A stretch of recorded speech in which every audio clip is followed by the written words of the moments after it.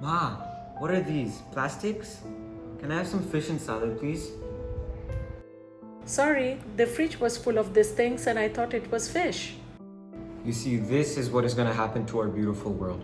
Within just 20 years, plastics will outweigh the total amount of fish in the entire ocean. Can you imagine every minute one garbage truck full of plastic is being dumped into our oceans? Before it's too late, it's on us to solve it. So let me show you how we have reduced plastic use in our household. Did you know that investing in reusable materials and products are one of the most effective ways of saying no to single-use plastics?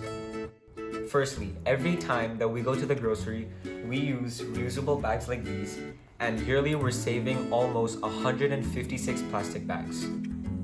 Secondly, we just simply sip on our drinks or use these reusable straws, and in a year we're saving on hundreds of plastic straws and plastic cups.